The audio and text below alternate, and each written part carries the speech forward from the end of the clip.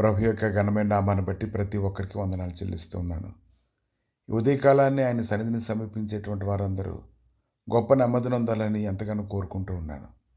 ఆయన మనల్ని ఎంతగానో ప్రేమించారు. యోహాను సువార్త 3:16 దేవుడు లోకమును ఎంతో ప్రేమించును కాగా ఆయన తన అద్వితీయ కుమారునిగా పుట్టిన వాని యందు విశ్వాసం ఉంచి ప్రతి వాడును నశింపక నిజజీవం పొందినట్లు ఆయనను అనుగ్రహించాను.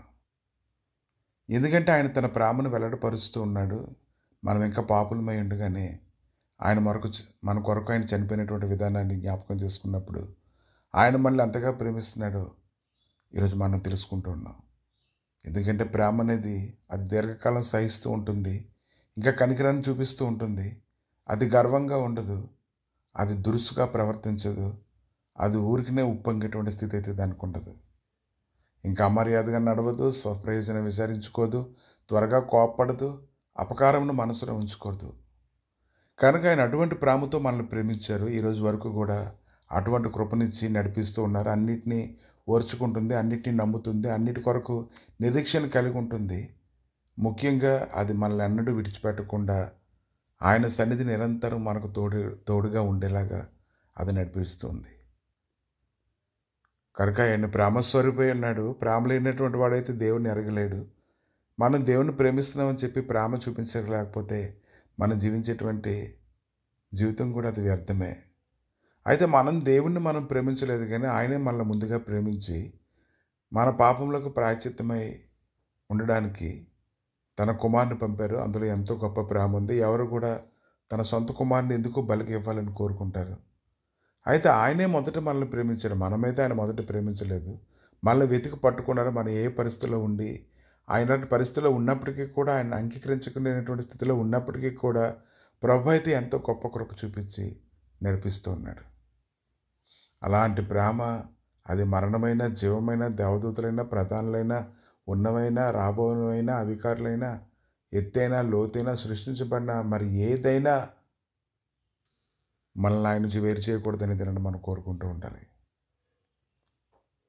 కనుక ఈ దినాన ప్రేమ అనేది ఈ చివరి కాలంలో ఎంతోమందిలో చల్లారిపోతూ ఉంది. కానీ ప్రభు అయితే ఆయన ప్రేమించేటువంటి వారందరికీ తన ప్రేమతో నింపుతూ ఉన్నాడు. ఆయన ప్రేమను బట్టి మనం అనేక విషయంలోని మనం తప్పించబడుతూ ఉన్నాము. కాబట్టి ఈరోజు క్రీస్తునందుల ప్రేమ మన అందరిలో నిలిచి ఉండేలాగా మనం దేవుని ఎంతగానో మనం స్తుతించాలి. కనుక ఈరోజు ఎన్నో విషయాల్లో ప్రభు ఎంతో గొప్ప కృప చూపించారు. ఆయన శాశ్వతమైన ప్రేమతో పేతుడిని అయితే ప్రేమించాడు. విడవక అతని ఎడల ఎంతో కృప చూపించాడు. అతన్ని ఎంతగానో ప్రేమించాడు. పేతుడిని ఎంతగానో బలపరిచాడు, స్థిరపరిచాడు. అతన్ని ఎంతో మహిమకరంగా మార్చారు. పేతురు రాసినటువంటి పత్రికలు చదువుతూ ఉన్నప్పుడు అందులో గొప్ప సంగతులు మనం తెలుసుకుంటూ ఉంటాం. 1 యోహాను 4:18 ప్రేమలో భయం ఉండదు, అంతేకాదు పరిపూర్ణమైన ప్రేమ భయమును వెళ్ళగొట్టును. భయము దండనతో కూడినది. భయపడేవాడు ప్రేమ యందు పరిపూర్ణం చేయబడినవాడు కాడు. కాబట్టి భయపడుతూ ఆయన ప్రేమించడం కాదు, బలవంతం చేసే ఆయన గొప్ప ప్రేమను మనం గుర్తించగలిగినట్లయితే ఆమె ప్రేమను విడిచిపెట్టుకొని మనం ఎక్కడికి వెళ్ళిపోగలం. కాబట్టి ఉదయకాలాన్ని అటువంటి ప్రేమతో నిన్ను ప్రేమిస్తున్నటువంటి దేవునికి నువ్వు ఎంతగానో స్తుతించు, ఆరాధించు. ఆయన సన్నిధిలోని గొప్ప కృపను ఇంక నువ్వు పొందుకో. ఆయన ప్రేమ చేత అన్ని విషయములలో నువ్వు విజయం సాధించగలిగేలాగా నువ్వు సిద్ధపడు.